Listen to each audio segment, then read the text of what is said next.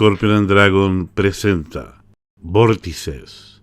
¿Y si no estamos solos? A continuación, Paulo va a entrevistar al experto ufólogo Rodrigo Fuenzalida sobre el caso Friendship.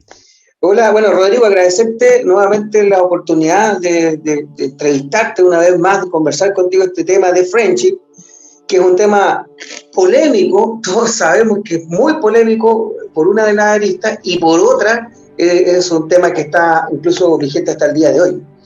¿Tú nos podrías contar, digamos, desde tu punto de vista, que para mí siento que fuiste un testigo privilegiado, casi un investigador en primera persona, ¿nos puedes contar qué es lo que significa para ti esta experiencia de Friendship? Claro, fue re interesante conocer todo esto cuando estaba sucediendo, ¿no?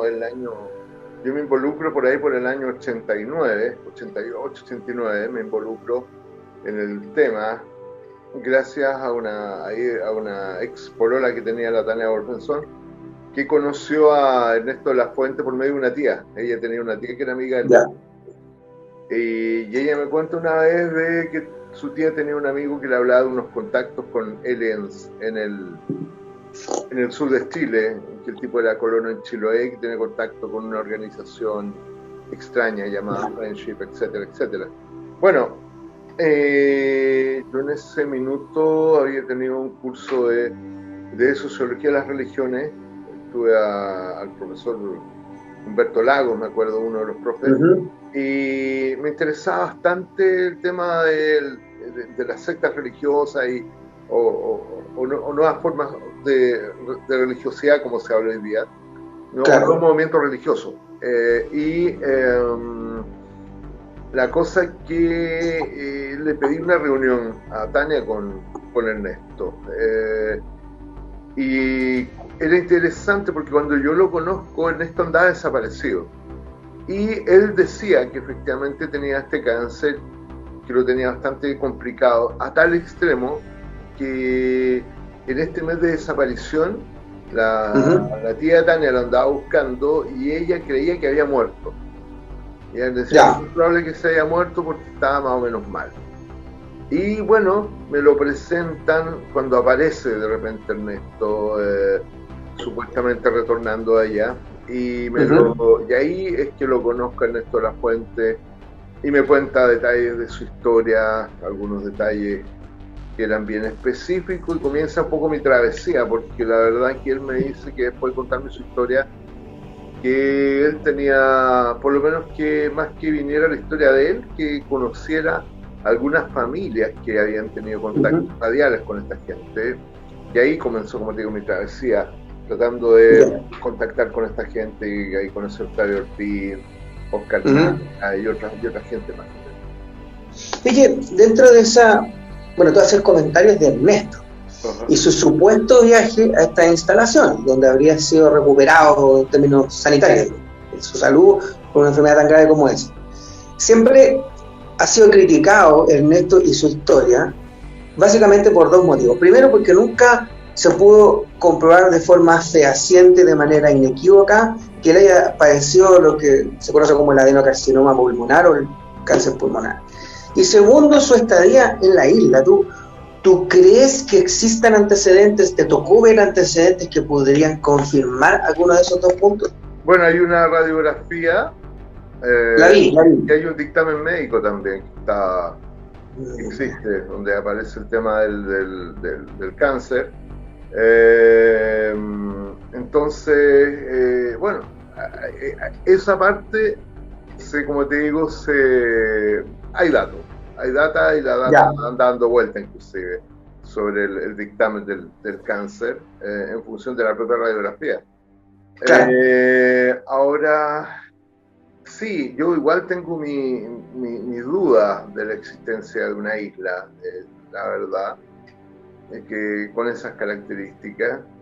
No tengo dudas de que de que habían otras personas fuera de Ernesto La Fuente vinculadas a las comunicaciones. Claro. No creo que haya sido, si fue manipulado por Ernesto, tiene que haber estado acompañado, y esa gente nunca se ha logrado encontrar tampoco. Claro. Por otro lado, las comunicaciones radiales se daban efectivamente con ondas de radio que venían del extremo sur de Chile.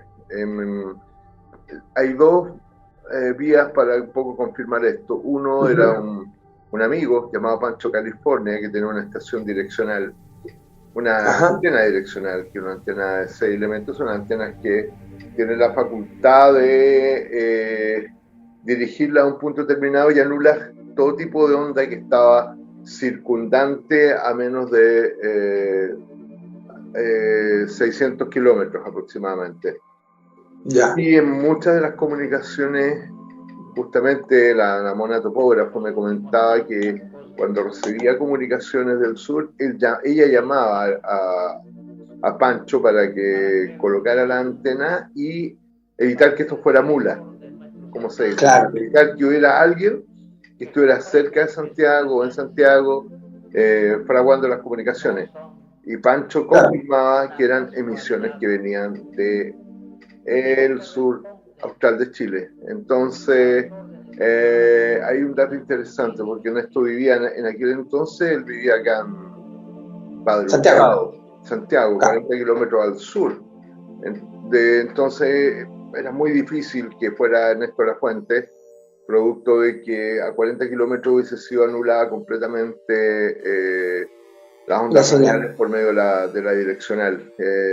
Lo otro que yo, dos de las comunicaciones que tuve con esta gente, yo aproveché justamente la propagación de onda del sur de Chile. Cuando llegaban las radios de Aysén, Chiloé, Coyhaique, todas estas ondas llegaban fuertísimas como cañones que llegan, tengo las comunicaciones con ellos, son un dato duro, es decir, no es una cosa que pueda desestimar, por así, ¿me entiendes? Entonces, y me constaba que Ernesto estaba por acá, por Santiago, en aquella oportunidad, porque nos veíamos cada en la semana, de repente unas 2 veces en la semana, y me contaba que al menos que se hubiese pegado el pique así de manera súper rápida, ¿cachai? Para fraguar una comunicación a pito de nada y después volver, es decir, una pérdida de recursos y es una tontera, no tiene una ridiculez. Sí, por lo tanto hay que determinar, a mi entender, quiénes estaban en el sur y en una época muy compleja, estábamos menos intercomunicados, pueden haber pasado muchas cosas aquí sin que nos enterasen de partida. Claro.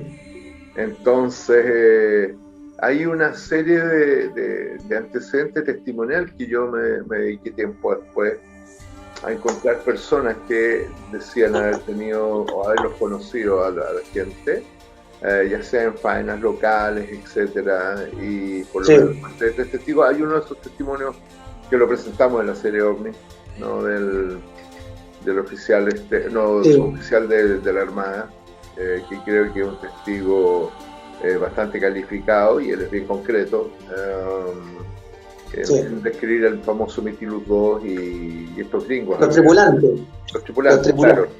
Es un testigo desde el punto de vista de la prueba jurídica, como se podría decir, la prueba testimonial.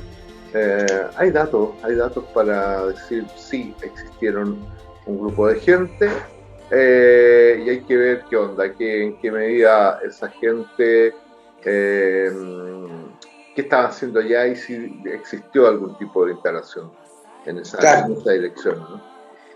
Fíjate que bajo esa mirada, los testigos como este oficial de la Armada hacen que sea más creíble, porque en el fondo te permiten ejercer una especie de triangulación entre el testigo principal, que es Ernesto Lafuente, uno, y alguien que podría confirmar como un tercero que está mirando la historia desde otra visión lo que pasa. Bajo esa visión, siguiendo ese hilo conductor, nos encontramos que al lado de Ernesto de Lafuente está Ethel Barahona. Y en la historia y en el discurso de Ernesto y Ethel, supuestamente ella habría llegado física, temporalmente, antes que Ernesto en la historia, si no sigue cronológicamente la historia, ella habría llegado antes a la isla. Claro. No sé si te fijas, ¿no? Entonces, en el fondo, la testigo principal, que nunca quiso dar a conocer su caso en sus propias palabras, me tocó entrevistarla en persona, junto con Ernesto, antes que él falleciera, dijo que ya no le interesaba, porque le dio miedo todo este escarnio público. Claro. Pero si uno mira, ella supuestamente entonces habría estado antes. Ahora te voy a contar un detalle, te voy a contar un dato, y esto seguramente lo van a escuchar los amigos después cuando lo publiquemos. Cuando yo le pregunto cómo llega ella habla de aneurismas, que sufrió aneurismas que fueron muy difíciles de controlar en esos años en el Instituto de Neurocirugía de Santiago, y a través del contacto de un médico del Instituto de Neurocirugía de nombre Jacinto Cornejo, que era el subdirector médico en esa época, 90, 89, 90, del Instituto de Neurocirugía, ella habría llegado a French. Fíjate lo que te estoy contando. Resulta que yo en alguna entrevista, no sé, estabas tú o no, en otro lugar, comenté este punto, donde uno podría llegar a Jacinto Cornejo. Pero si uno indaga un poco más, él falleció. Existió efectivamente, fue subdirector médico del Instituto de Neurocirugía y falleció. Y te voy a contar algo. Esto tampoco te lo conté otra vez.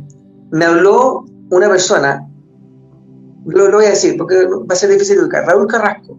Él es un señor que yo conozco desde niño y es neurocirujano. Y me confirmó lo siguiente, me dijo, efectivamente yo hice mis pasantías en el Instituto de Neurocirugía en esos años y conocí a Jacinto Cornejo, fue alumno de él y estaba ahí, efectivamente, Jacinto Cornejo. Y me consta que el tipo tenía como, no sé cómo decirlo, como todo el mundo dice, era como extraño, tenía como ideas muy locas de la vida y tenía una visión mucho más filosófica de las cosas. Entonces, de a poco uno como va triangulando, porque empieza a encontrar estos testigos paralelos que rodean las historias centrales, que te la podrían confirmar. Yo te cuento esta pequeña historia porque mi pregunta va para allá. ¿Te tocó confirmar por una tercera vía, por externos, personas que hayan visto esta historia por fuera, aparte de los que tú conociste? Sí, es decir, como te digo, hay datos interesantes, inclusive de la misma gente que estaba en radio, que eran como contactos conocidos de los otros colegas, pero que no estaban involucrados tan de adentro con la historia, para mí eran testigos válidos. El mismo caso del Pancho California. Claro. Posterior, yo tenía una amiga, la Ivonne, me acuerdo, cuyo papá, ella me contaba en aquel entonces, la Ivonne, una amiga de acá que era amiga de radio, pero que no tenía nada que ver con el grupo de Friendship, nada que ver. Ya. Lapito de nada, me acuerdo que ella me comentó que su papá conversaba con la gente de Friendship. Y me da un dato como clave, me dice, claro, mi papá hablaba con esta gente, hablaba con un tal Gabriel era la más, y hablaba en el tiempo que ellos estaban llegando a la isla, cuando construían por arriba. En ese tiempo tuvo contacto este señor con la gente de allá de Friendship, y hablaba con Gabriel, y que hablaba cuando estaban como construyendo arriba, que parte de la historia que cuenta también, que es muy, muy interesante eso, porque tenía... Y hablar cuestiones cotidianas, media filosóficas, era re entretenido hablar con ellos, decía. Entonces, y esta persona está fuera del círculo, fuera del círculo de la gente que había tenido contacto con Friendship. Claro. Yo recuerdo, claro, una vez, el 88, en la frecuencia que ellos hablaban, 27.295 en el canal, me acuerdo haber escuchado a un muchacho llamando a Friendship, llamando a Ariel,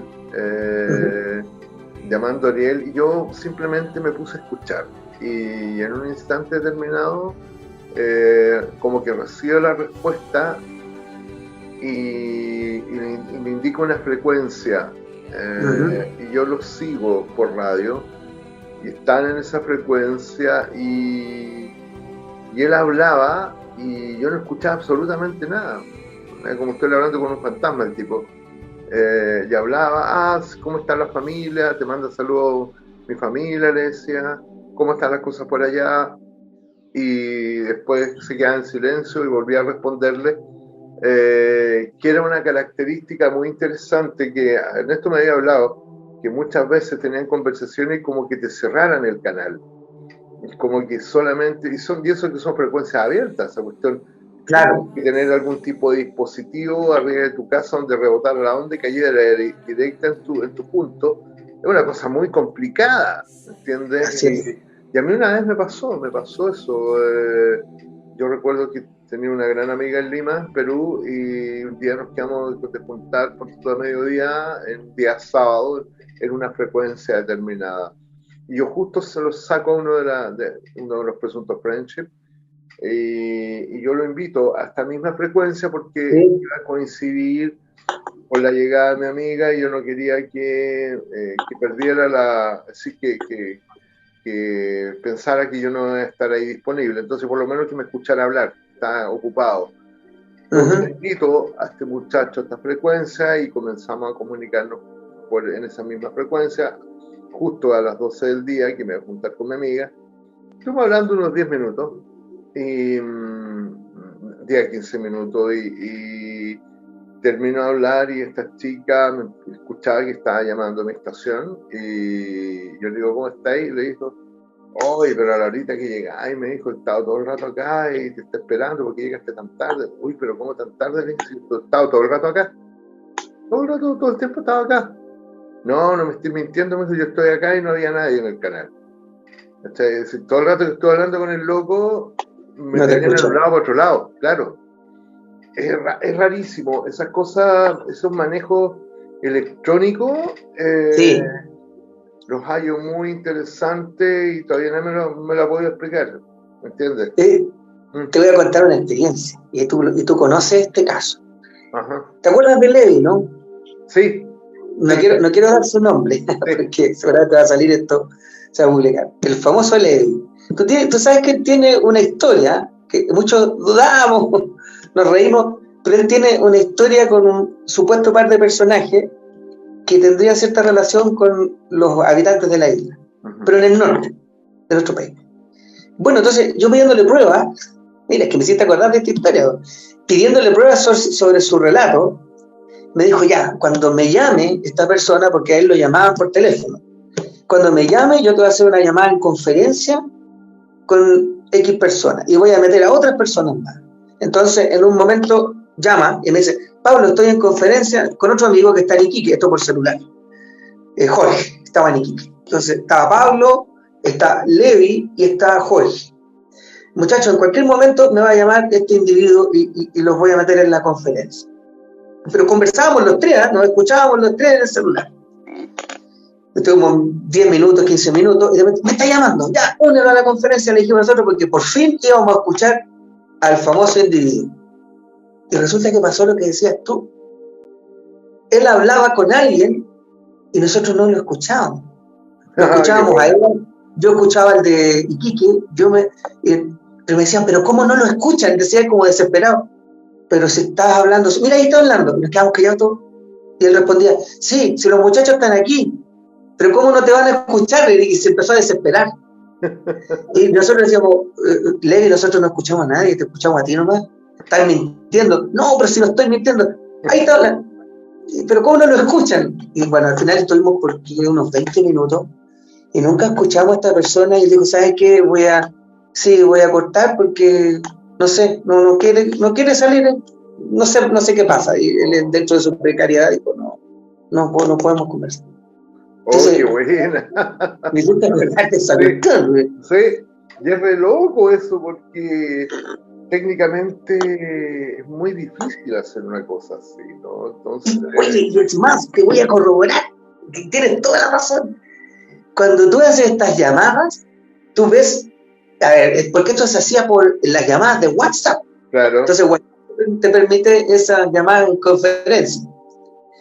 Y tú miras el listado de participantes que están en la llamada en conferencia, en WhatsApp. Te vas en el WhatsApp y dices, estamos en conferencia 3-4 personas. Y miras los números de teléfono, Rodrigo. Y tú puedes ver que está el número de teléfono de Rodrigo, por ejemplo. Está el número de teléfono de Pablo. Está el número de teléfono de Levi.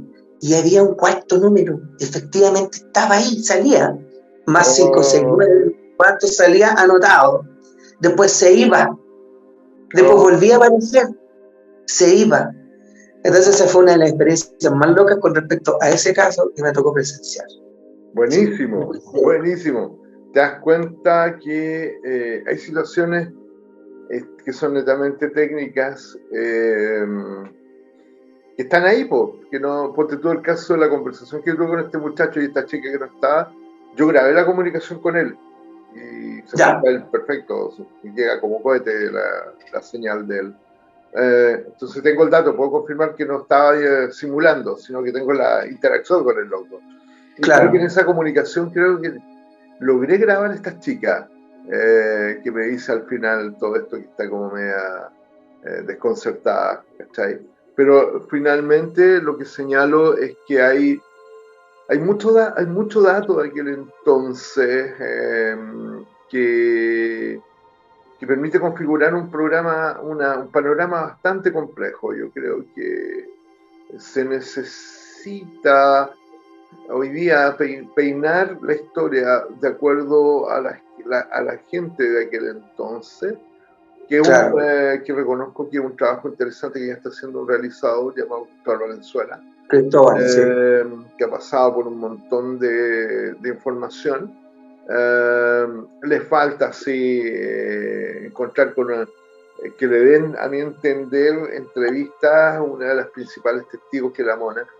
Creo que si no haces un trabajo con el testimonio de Mona Topógrafo, es nuevamente una mesa sin una pata, porque ella, la verdad, ella y su familia vivieron unas cosas que son realmente increíbles y también con mucha data. Entonces, es un misterio altamente complejo, con protagonistas que son complejos, que no son menores también, porque Ernesto de la Fuente era una persona con muchas caras, con muchos ángulos, algunos muy interesantes, otros muy complejos. Él mismo decía que previo a Friendship era una persona que estuvo en cosas que no eran muy santas. Y yo creo que fue en el tema político, derechamente. Claro. Pero él reconocía que él tuvo toda una transformación cuando conoció a toda esta gente, etcétera, etcétera, etcétera. La verdad que a mí las cosas que más me sorprendieron, diría yo, fue los temas que hablaban de la visión remota, por ejemplo,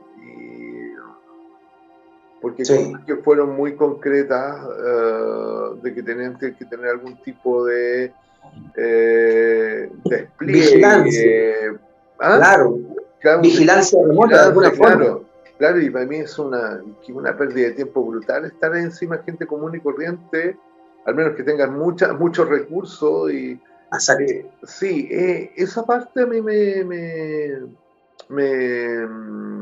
llamaba la atención, de cómo en alguna medida utilizar la visión remota para muchas cosas. Entonces, visión remota, ayuda técnica a personas que estaban pasando algunos problemas médicos, como el caso de un niñito de 6 meses que le daba una válvula para el corazón, que esta válvula llegó misteriosamente del sur después de una llamada a Ariel, a la persona que estaba haciendo el pompage o la llamada al norte, etcétera. Ahora, siempre, no sé, vivimos una era de la falta de comprensión, de lectura y falta de entendimiento. La gente está más estúpida que antes.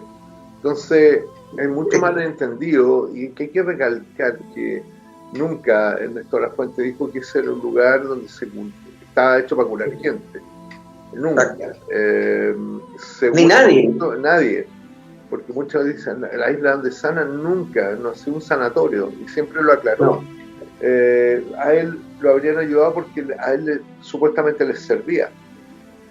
Era como un junior, ¿ok? Sí. Era como un junior, y la verdad que al ser supuestamente un junior le habrían dado como esta facilidad. Pero inclusive Ernesto varias veces me dijo que ellos estaban en contra de intervenir el ciclo natural de la existencia, me decía. Fíjate que, perdón. Dale. Entonces, nos da pie eso justamente para otro lado que te quiero llevar, que es como hay que tocar este tema, los detractores, ¿no? Los que hablan cosas negativas de la experiencia o del fenómeno que ocurrió alrededor de la isla. Y nos podemos encontrar con varios, ¿eh? Yo creo que podemos mencionar un par de apellidos que son famosos: Jordán, Martínez, propio, Morales, en algún momento, perdón, Arancibia Morales, que en algún momento también fueron muy críticos de lo que ocurrió. ¿Qué visión, qué opinión te merecen estos personajes? No, yo creo que hay uno de ellos que está contaminado derechamente porque participó en el pseudo friendship de Banrach, que no tiene nada que ver con friendship, y que le habrían dado una especie de misión especial de curar a una niña, que creo que una chica con leucemia, se le murió la chica, por no cuestionar anteriormente lo que tenía en el frente. Es decir, Banrach era un fraude desde que comienza. Y mucha gente, yo conocí mucha gente que se embaló en su ego de sentirse como elegido y no fue capaz de escuchar o cuestionar el fraude de Banrach, que no resistía análisis crítico, no tenía ninguna relación con Friendship. Fue descubierto en el programa, de hecho, no me equivoco. Sí, hay motivaciones que son estrictamente emocionales. Sé que también hay motivaciones honestas por el hecho de que la gente esté siendo engañada, pero hasta el minuto nadie ha podido demostrar el fraude, entre comillas. Para demostrar el fraude tienes que demostrar que efectivamente la fuente fraguada, las comunicaciones, todas, ¿ok? Sí. Por el hecho que yo podría pensar o deducir que un análisis, ponte tú con osciloscopio, por ejemplo, con las voces y comparar las voces, tú tendrías que ocupar, me quedan 10 minutos, espérate. Tú tendrías que ocupar los audios originales, no copias de copias, por ejemplo. Claro. Etcétera. Es muy complejo, tendrías que entrevistar absolutamente a todos los participantes. Y no se ha hecho. Nadie ha hecho el trabajo fino que quizás lo está haciendo Cristóbal. Claro. El único, junto con el equipo de OVNI, hicimos, yo creo, el trabajo. Nadie ha vuelto a hacer una cosa así, sino que a lanzar exabruptos, por lo que yo creo, eso no es científico. No tiene nada que... Porque llegué a escuchar la brutalidad de las estupideces más grandes, que era una isla luciferina, como me dijo uno por ahí. Yo lo había llevado a Friendship y lo habían torturado por un mes. Eso es pelacable gay. Cosas de ese tipo, delirantes, pues, derechamente delirantes, porque era un lugar de venta de órganos o de trata de blancas, cuando quizás ni siquiera existe la isla como tal. Puede haber sido, mi impresión, una operación de aplicación de técnicas de visión remota y otras que se hacían en aquel entonces por parte del gobierno norteamericano. Puede haber sido, no lo descarto, pero se han dicho muchas cosas porque lamentablemente está en manos de fanáticos a veces, y tenemos que tener gente que tenga una base investigativa mayor, es decir, que investigue sin pasión, sino que por amor a la verdad, no por amor a sus delirios o a sus trastornos mentales que no han sido tratados, porque lamentablemente eso es lo que pasa, ¿no? Hay personas que tienen serios trastornos que no están tratados o que simplemente no han llevado a puerto. Así que siento que esto va a continuar todavía, esta historia, que hay que hacer un trabajo, que lo bueno que esto que puede invitar a hacer un trabajo serio y ubicar los testimonios. Probablemente después de OVNI, la única investigación que se ha hecho es la de Cristóbal, que yo siento que va a llegar a un puerto interesante, que va a dejar también preguntas abiertas, pero por lo menos fue a las fuentes, fue todo el por lo menos de datos, claro. Oye, poquitos minutos, espérate. Si se corta lo retomamos para finalizar. Ya. Fíjate que uno de esos individuos, lo hemos conversado, yo siento que tiene alguna patología de personalidad, algún trastorno narcisista por ahí, y definitivamente ni a las fuentes fue. Entonces, efectivamente, la investigación en sí misma incluso es de muy mala calidad. Oye, para finalizar, si es que se corta, lo retomamos y finalizamos. Okay. Tu visión de lo que pasa actualmente con OVNI, perdón, tu visión de lo que pasa actualmente, el programa aún se acabó, yo no sé, no, me refiero a con Friendship. ¿Crees que es un caso abierto? ¿Crees que va a seguir?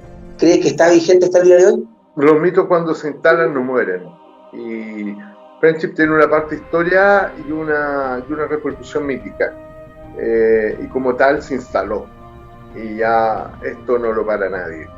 Van a aparecer, yo creo, mucha gente, o no mucha, pero no va a faltar el que diga que está en contacto con Friendship por vía telepática, no va a faltar, porque ya está pasando. Yo he escuchado gente que dice entrar en contacto, y realmente este es un tema que llama a gente a veces con problemas de narcisismo, problemas mentales, Sí. yo temo que eso, pero eso pasa con muchas cosas, pasa con la religión convencional también.